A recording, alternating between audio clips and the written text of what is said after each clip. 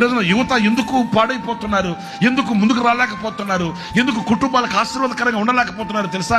ఆ mind set అట్లా set అయిపోయింది. నేను చదువుకున్న వాడిని మట్టి ముట్టకూడదు, ఎవడు చెప్పాడు అవా నీకు? నేను చదువుకున్న వాడిని బట్ట నలగకూడదు, ఎవడు చెప్పాడు? చదువుకుంటే బట్ట నలగకూడదా ఏంటండి? చదువుకుంటే మట్టి అంటకూడదా? మట్టితో కాదు, దేనిని ముట్టుకున్నా ఏది పట్టుకున్నా నీ చేతిలో బంగారు కావాలి, బంగారుగా మారాలి. ఎందుకంటే నువ్వు చదువుకుని ఆ విజ్ఞానాన్ని పొందుకున్నావు కదా.